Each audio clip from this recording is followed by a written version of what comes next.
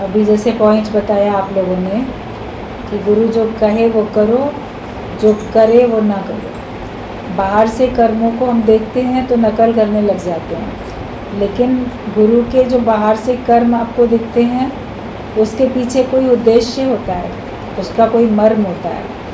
वो किसी महान उद्देश्य की पूर्ति के लिए वो कार्य करता है जो कि लोगों को नहीं समझ में आती है। हमें तो बस जो गुरु कहे उस पर ही विश्वास करके चलना है। हमारे लिए क्या आज्ञा दी गई, हमें क्या कहा गया। दृष्टांत एक आप लोग हर बार हमेशा सुनते हैं कि कोई शिष्य था, वो गया किसी गुरु के पास। अब सत्संग पूरा हुआ तो वो आगे बढ़ा गुरु से कुछ कहने, प्रणाम करने, कोई बात कहने। नया था अभी वो, तो देखा तो गुरु किसी और शिष्य से बात कर रहे थे। उसको कोई निजी समस्या थी, वो गुरु से बता रहा था। उसकी बात उस समय सुननी गुरु के लिए आवश्यक थी और अकेले में ही सुननी आवश्यक थी।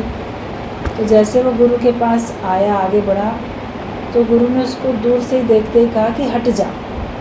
इतना ही बोला कि हट जा, तो वो हट गया वहाँ से। उसने अपनी मन बुद्धि नहीं चलाई। बोला मैं नया आया हूँ सत्संग में और आज पहली बार ऐसे आगे गुरु के पास बात करने के लिए उठा था, तो गुरु ने कह दिया हट जा। तो ये तो जैसे गुरु ने मुझे ना मंत्र दे दिया, हट जा। ये गुरु के मुख से निकला हुआ एक भी शब्द अगर हम श्रद्धा भाव से सुनते हैं तो वो हमारे लिए मंत्र की तरह से हो जाता है। मंत्र वो होते हैं जो हमको मन से तार दें, मन से ऊपर कर दें, मन के से हम तैर जाए। और वो सलाह होती है, मंत्रणा सलाह होती है जो कि हमारी समस्या में उसका समाधान होता है छिपा। तो गुरु के मुख से निकला हुआ हर शब्द हमारी समस्या का समाधान होता है। वो समस्या अभी हमारे सामने है या पहले थी या आगे आ सकती है, लेकिन उसमें समाधान छिपा है। और वो समस्या किसी और की भी हो सकती है, तो उसको भी आप बताओगे तो उसका भी समाधान होगा। उसने कहा हट जा गुरु ने, तो मन में उसने बड़ी उस शब्द को शिरोधार्य कर लिया कि गुरु ने बड़ा अच्छा बोला हट जा, और मुझे हर बात से हट जाना चाहिए। तो वो घर गया, पहुंचा तो बच्चे एकदम से सामने आए उसके गोद में आने के लिए। तो उसके मन में आया कि अरे हट जा, ये मोह है, ममता है, अंदर से तो हट जा, वरना अंदर का भी तो मोह होता है। आप बाहर से लालन पालन तो करते हो, अच्छी बात है, मगर भीतर की भी तो आसक्ति और मोह होता है जिससे आप लालन पालन करते हो। घर जाओ, आपके छोटे बच्चे हों, वो एकदम आके आपके सामने आए, हमें गोद में ले लो, या उसका काम आपको करना हो, आपके बच्चे हैं या आपके पोता पोती हैं, जो भी हैं घर में बच्चे, तो आप उनसे जो बातचीत करते हो, जो भी उनकी सेवा, उनका कार्य करते हो, तो आपके अपने अंदर में भी तो मोह होता है। तो उसने ये जाना कि गुरु ने कहा हट जा, मन मोह में जा रहा है, तो उसने अपने मन को रोका कि मोह नहीं करे। फिर जो भी कोई सामने आया, पत्नी सामने आई, परिवार के लोग सामने आए, कभी कोई मित्र सामने आया, कोई शत्रु सामने आया, छोटा बड़ा, आपके आँख के सामने तो अनेक लोग आते रहते हैं। सारा दिन कितने सारे लोगों के साथ व्यवहार होता है और उसी के हिसाब से हमारी भावनाएं बनती रहती हैं, सुख देने वाली या दुख देने वाली, ऊंचा उठाने वाली या नीचा गिराने वाली, जगत में अटकाने वाली भावनाएं या जगत से छुड़ाने वाली भावनाएं, तो वो होती रहती हैं उसी हिसाब से। हर बात से हटते चले जाओ, सामने जो भी कारण आए उससे आप हटते चले जाओ, हर बात से छूटते जाओ। ऐसा नहीं है कि कारण आएंगे नहीं, कारण तो आपके सामने आएंगे ही आएंगे। समुद्र में लहरें चलेंगी ही चलेंगी। जब तक आप जीवित हो, संसार में बैठे हो, तरह तरह के कारण सामने आएंगे जो कि आपके मन को विचलित करेंगे। आपके मन को स्थिरता जो है, शांति जो है, उससे हटाने के लिए कोई कारण सामने आएगा कि अब आप अशांत हो जाओ, अब आप विचलित हो जाओ, अब आप दुखी हो जाओ या जगत में आसक्त हो जाओ। लेकिन अपने अंदर एक ये हट जा का मंत्र ले लो कि अरे मन हट जा, हर बात से हट जा। फिर आप देखो आप हटते चले जाओगे, उपराम होते जाओगे। ये तपस्या है, बहुत बड़ी तपस्या है। घर गृहस्थ में रहते हुए आप हर बात से उपराम हो जाओ, ये बहुत बड़ी तपस्या है। और गुरु ने इतनी बड़ी तपस्या हमको कितनी सरलता से करा दी। बस गुरु की बात को मानने लगे, उसकी आज्ञा मानने लगे। आज्ञा मान सदा सुख पाए। अगर हम आज्ञा नहीं मानते हैं तो हमको सदा सुख भी नहीं मिलता है। हम अपनी मनवाना चाहते हैं, उसमें हमें अगर मान भी लेगा, गुरु का बड़प्पन है, वो मान लेगा तुम्हारी बात, तो तुम्हारा अहंकार बढ़ेगा, तुम्हें अपनी बात मनवाने की आदत पड़ेगी और क्षणिक सुख मिलेगा, उसके बाद सुख नहीं मिलेगा। लेकिन अगर आप ज्ञान के हिसाब से अपना जीवन बनाओ, गुरु की बात को मानते चले जाओ, फिर आप देखोगे आपको अनंत सुख मिलेगा। ऐसा सुख मिलेगा जो कभी समाप्त होने वाला नहीं है, क्योंकि वचनों को मानने से जीवन बदलता है। वचनों को मानने से हमारा योग लगता है। अपना योग लगाने के लिए आए हैं, परमात्मा से अपने को एक करने के लिए आए हैं, तो हमें सारी बातों से अपने मन को हटाना पड़ेगा। देखा दुनिया का झूठा झमेला तो मन को हटाना पड़ा। आप झूठा झमेला देख भी रहे हो, पहले तो झमेले को सच मानते थे, लेकिन अब तो जब विवेक खुला सत्संग में आने के बाद, हर एक का विवेक जागृत हो जाता है। क्योंकि बिन सत्संग विवेक न हो, बिना सत्संग के तो विवेक खुलने वाला है ही नहीं। आपको लगेगा मैं बड़ा विवेकवान हूँ, आप बुद्धिमान हो सकते हो लेकिन विवेकवान नहीं हो सकते। विवेकवान जो होता है वो भले बुरे को जानता है, क्या सही है क्या गलत है, क्या उचित है क्या अनुचित है, उसको अच्छी तरह जानता है और फिर उचित कार्य ही करता है, भला कार्य ही करता है। बाकी बुद्धिमान लोग होते हैं वो अच्छा बुरा समझते भी हैं, लेकिन तो भी तो बुरा काम करते, उसमें लिपायमान हो जाते। तो जब हम समझ जाएं कि विवेक हमारा खुल चुका है और हमें अब ये संसार झूठा लगने लगा, ये झमेला लगने लगा, जाल जंजाल लगने लगा, तो इससे हट भी जाओ, फिर उसमें क्यों लिपट जाओ। कोई आपको विष देता है पीने के लिए, आपको पता चल गया ये विष है, तो फिर क्यों पीते, छोड़ दो उसको। कोई ज़बरदस्ती आपको थोड़ी पिलाएगा। एक छोटे बच्चे को कोई ज़बरदस्ती पानी दूध कुछ नहीं पिला सकता, मचल जाएगा अगर उसको नहीं पीना है। उसकी माँ अगर उसके मुंह में ज़बरदस्ती भी डालेगी तो उसको पलट देगा, कैसे उल्टी कर देता है बच्चा। नहीं, अगर उसका मन नहीं है पीने का तो नहीं पीता है। तो तुम्हारा मन अगर नहीं है माया की बातें अपने अंदर लाने का, तो आपको कोई ज़बरदस्ती ला ही नहीं सकता। तुम ही तो अपने मन को ऐसा बना के बैठे हो कि जिसने जो डाला वो आपके अंदर चला गया। आप अपने मन को ऐसा बनाओ कि जो मैं चाहूँगा वही मेरे अंदर जाए, बाकी तो एक कान से सुन के दूसरे कान से निकाल दो। संसार में बैठते हैं, बहुत सारी बातें होती हैं, गुरु की बातों को धारण करो, लेकिन दूसरी बातों को हटा दो। अज्ञानी व्यक्तियों के बीच में रहना झमेला ही होता है और उससे अपने मन को हटाना ही पड़ता है, वो तपस्या होती है। सबके बीच में रह के भी हम उपराम होके रहें, किसी की बातें हमारे को असर ना करें, किसी का दुर्व्यवहार हमको असर ना करे, वरना कोई आपसे शत्रुता करता है। कभी परिवार के लोग को एक ही घर में रहना पड़ता है, उसमें कोई एक बड़ी शत्रुता कर लेता है, वो नुकसान आपका पहुंचाता है, आपको दुखी करता है। कभी बोल के कभी बिना बोले भी अपना हाव भाव ऐसा दिखाएगा तो आपका मन खराब हो जाएगा। कभी बोल के आपको दुखी करता है। अब घर छोड़ के आप जा भी नहीं सकते, आप परिवार में रहते हो, तो उसमें आप ही को तो कोई उपाय ढूंढना पड़ेगा जिससे आप अपने को सुखी रख सको। कि ठीक है संसार वाले जैसा चलते हैं चलें, मैं भले इनके बीच में हूँ लेकिन मेरे अंदर इनकी बातें नहीं जाती, तो फिर आप देखोगे आपका मन शांत रहेगा, आपका मन खुश रहेगा। आपका ही तो संपर्क उसके साथ है। अभी हीटर को अगर आप उसमें बिजली से तार से उससे जोड़ोगे प्लग से, तभी तो उसमें गर्मी आएगी, उससे आपको बिजली से गर्मी मिलेगी। या फ्रिज को आप लगाते हो तो तभी ठंडक मिलेगी। जब तक आपका उससे कनेक्शन जुड़ा हुआ नहीं होगा तब तक आपको सर्दी गर्मी कुछ नहीं लग सकती। तो जब तक आपके मन का कनेक्शन संसार से जुड़ा हुआ नहीं होगा तब तक आपको दुख सुख कुछ नहीं लग सकता। आप दुखी भी होते हो तो आपने मन को जोड़ा उसको, और सुखी भी होते हो तो आपने अपने मन को जोड़ा। इसीलिए आपका जो है ये मन कभी दुखी कभी सुखी होता रहता है। आपका मन तरह तरह की बातों में विचलित होता रहता है। अपने को रखो कि मेरा दुनिया में कोई नहीं, आया हूँ जग में मैं ही एक अकेला।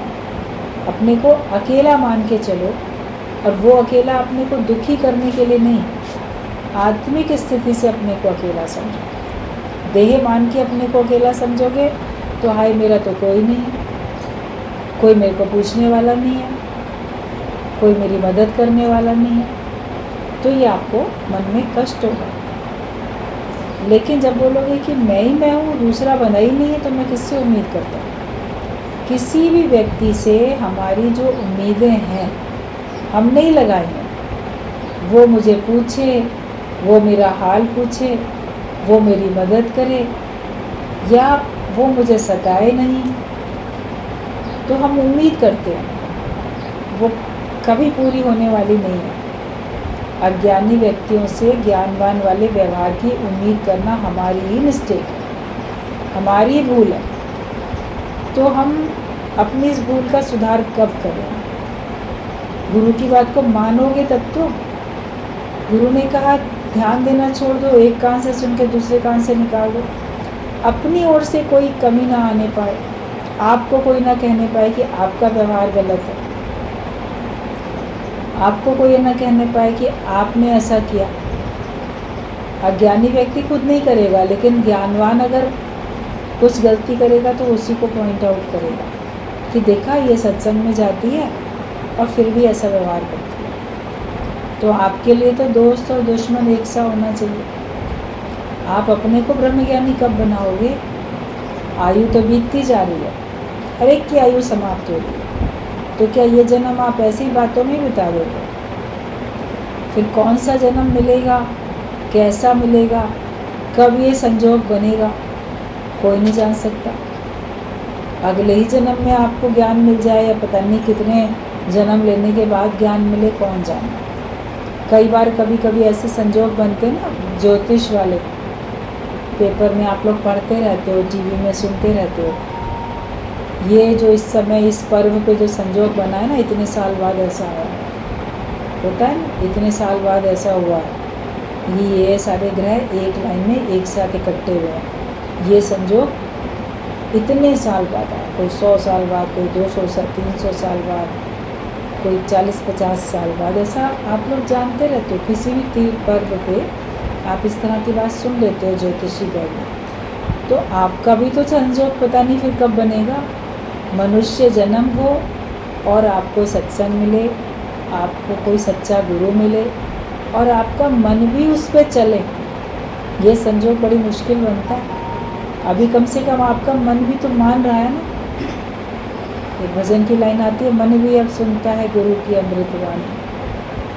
मन भी सुनता है गुरु की अमृतवाणी, तो वरना मन नहीं सुनता। संजोग से, भाग्य से आपको सत्संग मिल जाता है, गुरु मिल जाता है, लेकिन आपका मन आपका दुश्मन बन जाता है। ऐसी दुश्मनी करता है कि आपको ज्ञान से विमुख कर देता है और आप दूसरा देखने लगते हो। दूसरा देख के द्वेष सब आपके अंदर आ जाता है, दुख सब आ जाता है। द से दूसरा, द से दुख।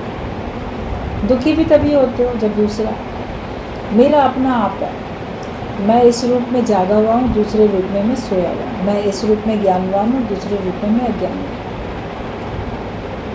उसको सुधार सकते हो अगर आपके हाथ में है तो सुधार लो, नहीं सुधार सकते तो अपने मन से बोलो किनारे हो जाओ। क्यों वास्ता है? नहीं रखो वास्ता। बहस तुमको ज़रूरत नहीं है करने की। कोई कुछ कहता है, अपनी सच्ची बात बतानी भी आनी चाहिए, फिर चुप भी नहीं रहो, आप सीधी बात बता दो। जो बात सही है ज्ञान के हिसाब से बोलो, संयमित बोलो, व्यर्थ में बोलने की ज़रूरत नहीं है। आप अपना ध्यान से भगवान में लगाओ, वो ही हमारे एक अपने हैं, उसके अलावा दूसरा हमारा कोई नहीं है। और भगवान की मर्ज़ी से ही सब हो रहा है। भगवान इस जन्म में आपको ब्रह्मज्ञानी बनाना चाहते हैं, आपका योग लगवाना चाहते हैं, तभी आपको सत्संग और ये दादा का सच्चा सत्संग मिला, मनुष्य जन्म मिला और ये सत्संग मिला। तो अब तो मेहनत आप ही को करनी है। गुरु ने अपने हिसाब से मेहनत कर ली, गुरु की कृपा हो गई। भगवान ने अपने हिसाब से आपके ऊपर मेहनत कर दी, अपनी कृपा कर दी, आपको मनुष्य जन्म दे दिया और आपको अच्छा सच्चा सत्संग दे दिया। अभी बताओ, क्या ये सत्संग में कोई खोट है? जो भी सत्संग आप सुनते हो, इस सत्संग में अगर कोई खराबी नज़र आती हो तो हमसे बात करो, बताओ, तो हम उसको समझा के दें आपको कि आपको लगता है खराबी तो नहीं है। नज़रों में तेरी दोष है, दुनिया निहारता, दोष तुम्हारी नज़र में है। और अगर कहीं खराबी नज़र आ रही है तो गुरु तो मन को मोड़ के उसको दूर भी कर सकता है। बाय चांस कभी लगे कि हाँ ऐसे नहीं, ऐसे होना चाहिए, तो उसको चेंज भी कर सकते हैं। सत्संग के देखो टाइम चेंज होते रहते हैं और बहुत कुछ परिवर्तन आप लोग के हिसाब से होता रहता है। आप लोग को सुख देने के लिए गुरु परिवर्तन करता रहता है। कई ऐसे आश्रम होते हैं, वहाँ देखो कितना चेंज होता रहता है।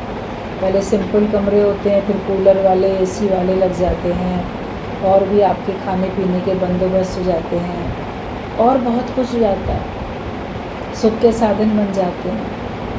बड़े बड़े मंदिर हैं, आश्रम हैं, गेट से लेके हॉल तक जाने के लिए, जहाँ जहाँ भी गर्मियों में आपके पैर न जले तो हम देखते हैं ऐसे सेवा करने वाले वहाँ पे पूरी ऐसे चटाई दरी टाइप की ऐसे बिछा के रखते हैं और उसको गीला करते रहते हैं, पानी उसको डालते रहते हैं ताकि आपके पैर जो हैं उस पर फर्श पे जाएँ तो जले नहीं। तो कितनी सुविधा का ख्याल तो होता रहता है, वरना तो तपस्या करो, नंगे पैर चल के आओ, तपस्या करो।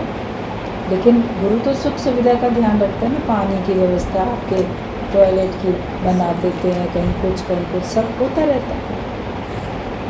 और सुविधाएं भी मिलती रहती हैं ताकि आपका मन इधर उधर परेशानी में ना जाए, आप और आराम से मूर्ति के ग्रंथ के दर्शन भी कर सको और श्रवण भी कर सको, सत्संग में भी आराम से बैठ सको, आपको कोई दिक्कत परेशानी ना हो।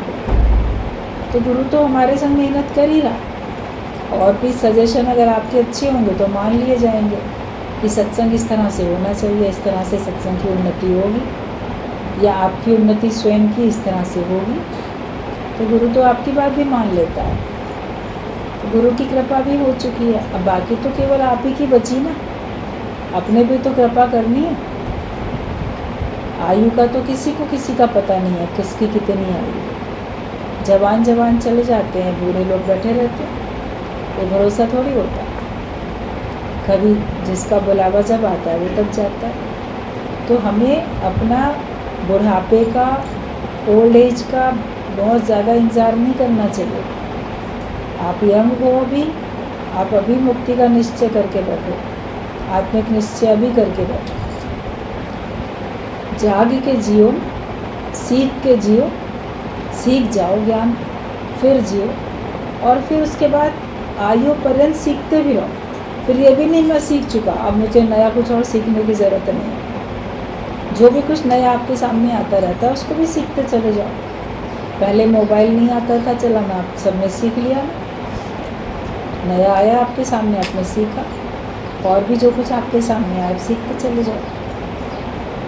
सीखी जियो जग में बोला गया, लेकिन जब तक जी तब तक सीखते भी रहो, जब तक जियो तब तक सीखते भी रहो, ये भी बात बताई गई, ताकि आपके अंदर में हमेशा नम्रता बनी रहे।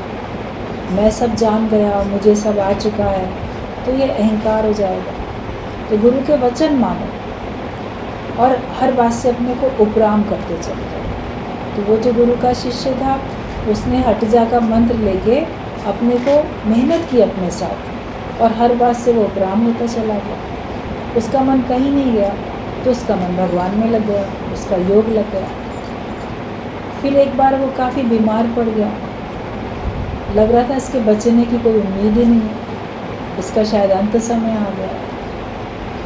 तो उसने कहा कि मेरे गुरु को एक बार बुला दो, मैं उनके दर्शन करना चाहता हूँ। मेरे फलाने गुरु हैं। बताया अपने परिवार के लोगों को, जो लोग उसके पास थे। वो गए और बोले कि आपका एक शिष्य है, वो आपको याद कर रहा है।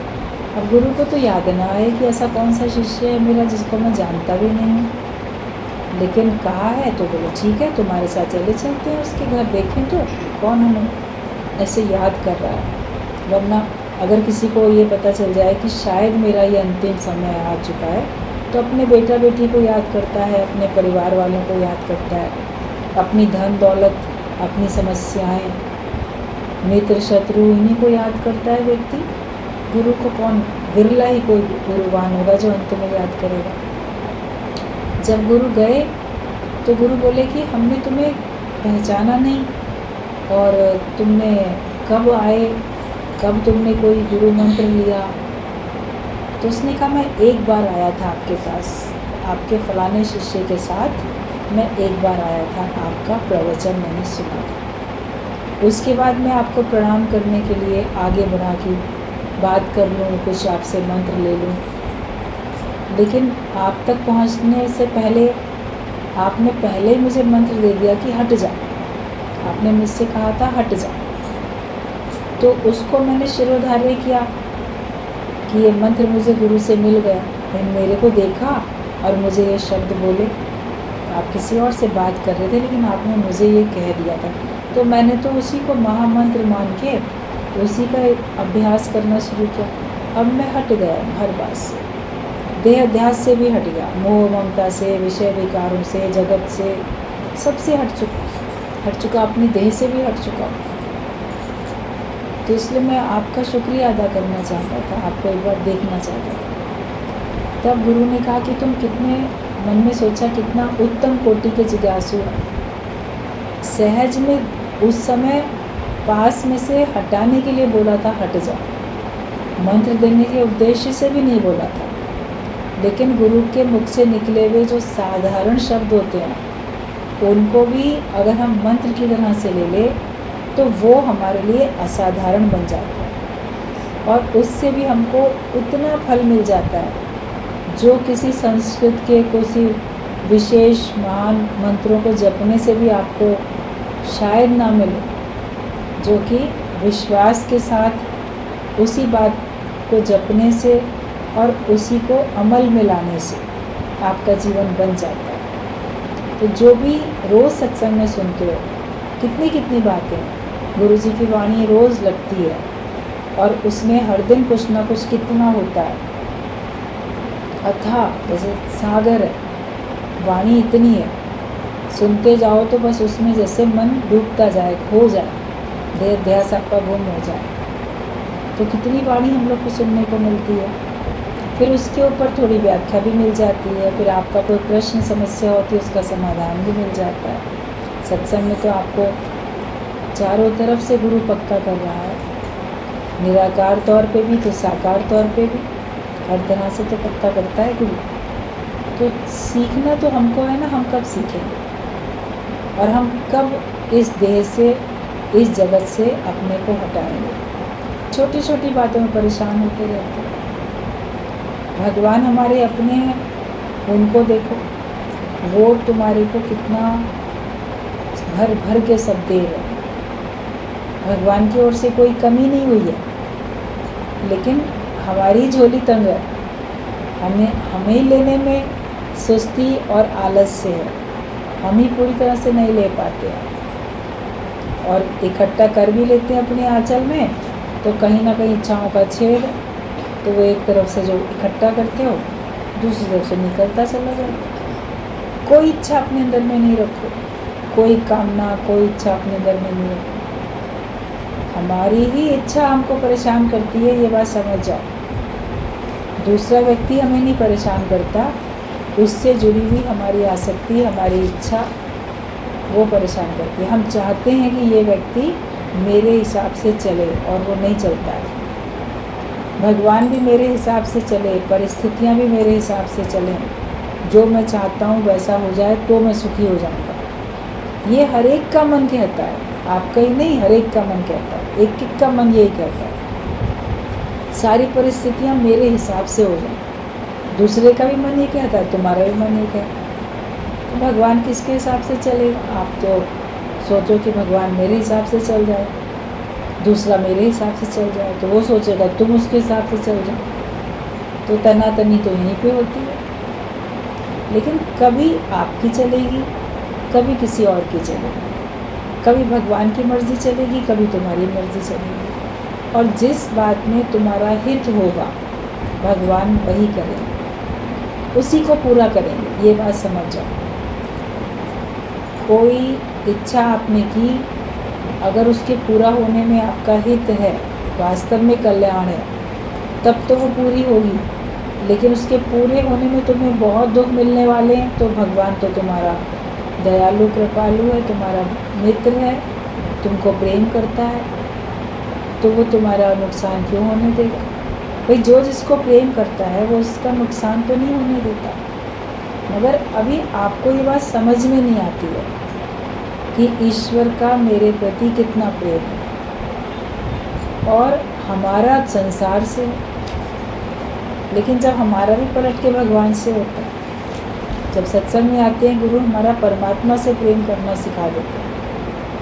और प्रेम मतलब कि ईश्वर की ओर से आई हुई हर परिस्थिति को हम स्वीकार करें।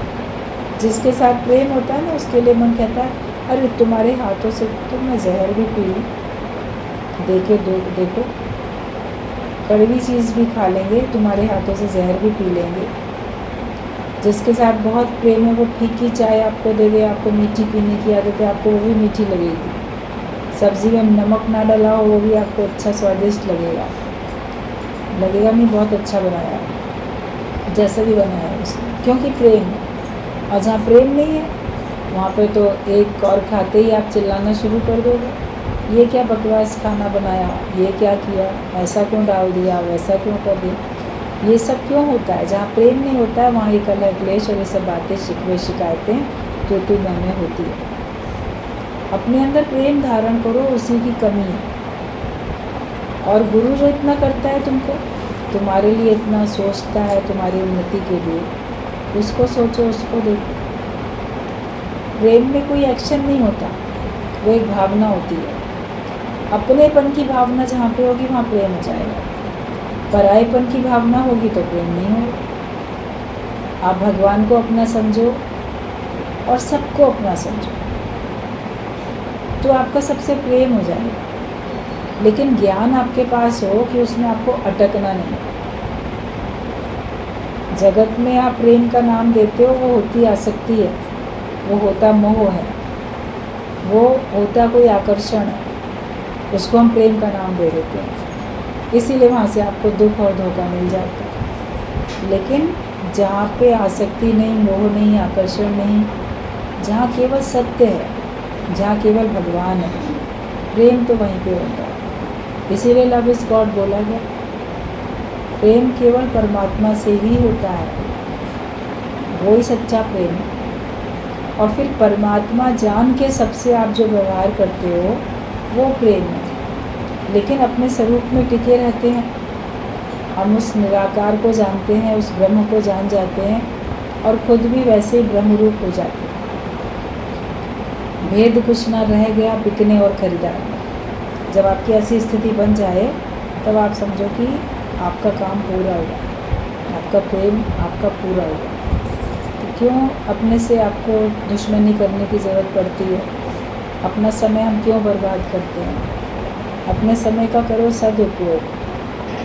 कोई लोग आप लोगों से पूछेंगे आपके सत्संग में गुरु कोई मंत्र नहीं देते हैं? आप बोलोगे नहीं, मंत्र तो कुछ नहीं मिलता है। तो सोचेंगे यार ऐसी कोई साधारण सा होगा सत्संग। मेन तो सत्संग, मेन तो गुरु वो होते हैं जो कहीं ऐसे बड़े उच्च सिंहासन पे बैठे होते हैं बढ़िया, और लोग उनके पास आते हैं, सब थोड़ा दूरी से बात करते हैं, पास में कोई आता भी नहीं है, और उसको एक एक को बुला के एक एक उनको कोई मंत्र देते जाते हैं। एक ही मंत्र होता है उनके पास, सबको वही देते हैं, लेकिन हर एक शिष्य को ये आगाह कर देते हैं, बताना नहीं किसी को। तुमको मैंने क्या बोला, बताना नहीं किसी को। अगर बता दिया तो इसका असर ख़त्म हो जाएगा, ये ज़रूर बोल देते हैं। तो अगला व्यक्ति बताता ही नहीं है, तुमको क्या मंत्र मिला, उसको क्या मिला, हमको जो मिला बस गुप्त रखेंगे और उसी का जाप करते रहो। तो उसमें लोग बहुत ज़्यादा प्रभावित होते हैं। और यहाँ तो गुरु हमको जो उपदेश देता है उसका एक एक वचन ही मंत्र है, ये तो सबको सुनाया जाता है, गुप्त रखने वाली बात ही नहीं है। ब्रह्म ज्ञान गुप्त है, गोपनीय तत्व है। आप भले मौखिक तौर पे सबको बोल दोगे, लेकिन ये हर एक के व्यवहार में उतरने की चीज़ नहीं है। जो अपने से मेहनत करेगा वो ही ज्ञानवान बनेगा, वो इस गोपनीय तत्व को समझ पाएगा। जिसकी बुद्धि सूक्ष्म होगी वो समझ पाएगा। इसीलिए आप देखो, सत्संग में आने वाले जितने लोग होते हैं सब अपने अपने हिसाब से ज्ञान उठाते हैं और उनकी स्थिति अपने अपने हिसाब से रहती है। कोई किसी बात से प्रभावित होता है, कोई किसी बात से, और वो वहीं तक रहता है। कोई बदले होते हैं जो अपने को पूर्ण ब्रह्म जान पाते हैं। गुरु तो हर एक को उस उच्च अवस्था में लाने के लिए मेहनत करते ही रहते हैं। लेकिन मेहनत गुरु की निज दिन कुछ तुम भी लगा लो, तुम्हें भी अपने से मेहनत करनी है। देह अध्यास ख़त्म कर दो, अपना जीव भाव ख़त्म कर दो और कहीं पे भी मन लगाओ नहीं। आप देखो, उसके बाद आपको बड़ा आनंद आएगा। अभी तो सुन के लगती है कि घबराहट कैसे छोड़ दें, इतना प्यारा संसार है हमारा, इतना सत्संग और ये बाकी सब घर सामान आपका सब परिवार, तो कैसे इनकी आसक्ति छोड़ दें, मेरे बाद इनका क्या होगा, ये आपके मन में भय भी रहता है। तो वही होगा जो मंजूर खुदा होगा, जो भगवान ने सोचा होगा वही तो होगा। तुम्हारे सोचने से कुछ होगा? अपनी ओर से आप अच्छा सबको दे दो, समझ ज्ञान सब दे दो। आगे मानना ना मानना हर एक की मर्जी है। अपना जीवन हमको अच्छा बनाना है और अपना करो कल्याण, देखकर अपना कल्याण सत्संग में आके। वास्तविक कल्याण यही है कि आप जगत से अपने मन को हटाते जाओ और भगवान में अपना मन जोड़ते चले जाओ। दिखाई नहीं देता भगवान, जगत दिखाई देता तो ज़्यादा जल्दी उसकी तरफ आकर्षित होते हैं। तभी भगवान को कहना पड़ा भगवद गीता में कि मुझसे भी अधिक प्रभावशाली मेरी माया है। क्यों कहना पड़ा? क्योंकि वो हमको दिख रही है और भगवान हमको दिख नहीं रहा। उस जो दिखाई नहीं देता, उस अनदेखे को गुरु अपने वचनों के माध्यम से हमको दिखा देता है। जैसे हमको दिव्य दृष्टि दे देता है, हमको दिखा देता है। अब हमको हर रूप में भगवान दिखने लग जाता है। शक्ति के रूप में, तत्व के रूप में भगवान दिखने लग जाता है। प्रत्येक के अंदर शक्ति भगवान की तो है। भगवान की सत्ता से ही तो सभी चलते फिरते हैं। अगर भगवान की सत्ता ना हो तो कौन चले फिरेगा? सब ऐसे ही रुक जाए, सारी सृष्टि रुक जाए। नहीं तो ज़मीन चल रही, आसमां चल रहा है, ये किसके इशारे जहाँ चल रहा है? किसका इशारा है जो संसार चल रहा है? किसके इशारे से तुम चल रहे हो? तुम्हारा मन, तुम्हारी बुद्धि भी चल रही है, सोच विचार चल रहा है। शक्ति तो परमात्मा की दी हुई है, उसको हमें अनुभव करना है। हम अपने इन नेत्रों से तो नहीं देख सकते। भगवान ने अर्जुन को भी ये बात बोली कि तुम अपनी इन आँखों से नहीं देख सकते मेरे विराट स्वरूप को, तुम्हें दिव्य दृष्टि देनी पड़ेगी। तो वो दिव्य दृष्टि ज्ञान की दृष्टि होती है। जब ज्ञान की समझ आपको मिलती है तब आपको हर रूप में भगवान महसूस होता है। केवल कहने की बात नहीं है, लेकिन आप देखोगे हर रूप में आपको भगवान महसूस होते जाए। उसको अनुभव करो। ये आश्चर्य वाली बात है। आत्मा है ये आश्चर्यवत, जो समझाई नहीं जा सकती। शब्दों से पूरी तरह से नहीं समझा सकते, लेकिन शब्दों के ज़रिए वहाँ तक पहुँचा जाता है, फिर उसको अनुभव किया जाता है। अभी कोई रास्ता है, उस रास्ते पे आप गए, फिर वहाँ जाके आपको कोई सुंदर सा मनोरम दृश्य दिखा, आगे रास्ता नहीं है, आगे मान लो पहाड़ हैं, झरना है, नदी है और पेड़ पौधे हैं, फूल हैं, जो भी कुछ है, रास्ता एक था वहाँ तक जाने का, चले गए, वहाँ जाके खड़े होके तो उसको केवल देखोगे ना, और देख के आप उसको अनुभव करोगे, ठंडक को अनुभव करोगे, गर्मी को अनुभव करोगे, परमात्मा को भी अनुभव करो। हर एक अनुभव करना सीख जाए, भगवान को कैसे अनुभव किया जाता है वो सीख जाए। नहीं सीखने में आता है तो पूछो कि हमको भगवान दिखाई नहीं देता, कैसे दिखाई देगा, तो फिर गुरु आपको बताएगा। अभी आप लोग अपने अंदर से ये बात पूछो कि क्या तुम अभी भगवान सब में देखते हो?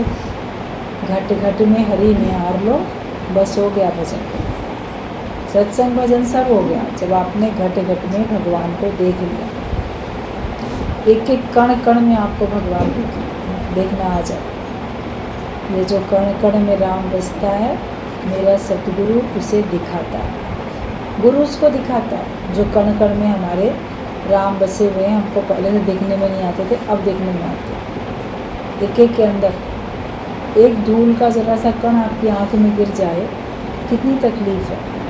तो उस धूल के कण में भी तो शक्ति है, जो आपको कष्ट पहुंचा गया, तो शक्ति तो सबके अंदर विद्यमान है, परमात्मा की शक्ति।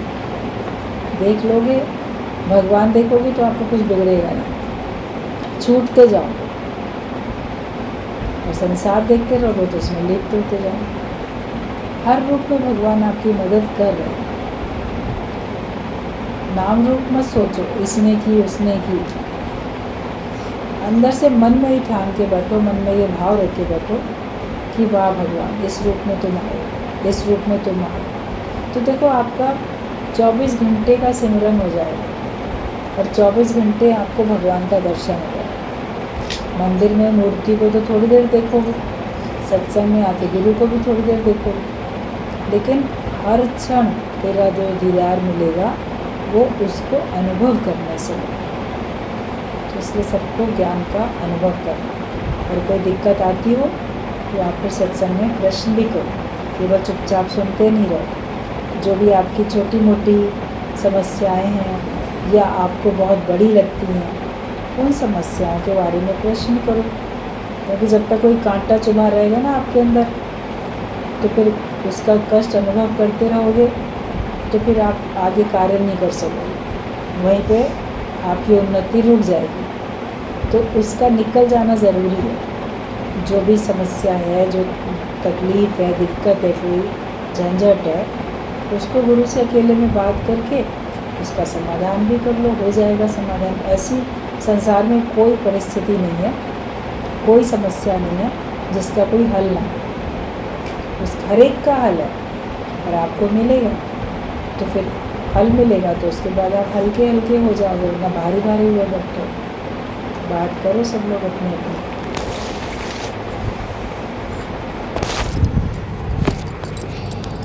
सबने भगवान देखना सीखा कि नहीं?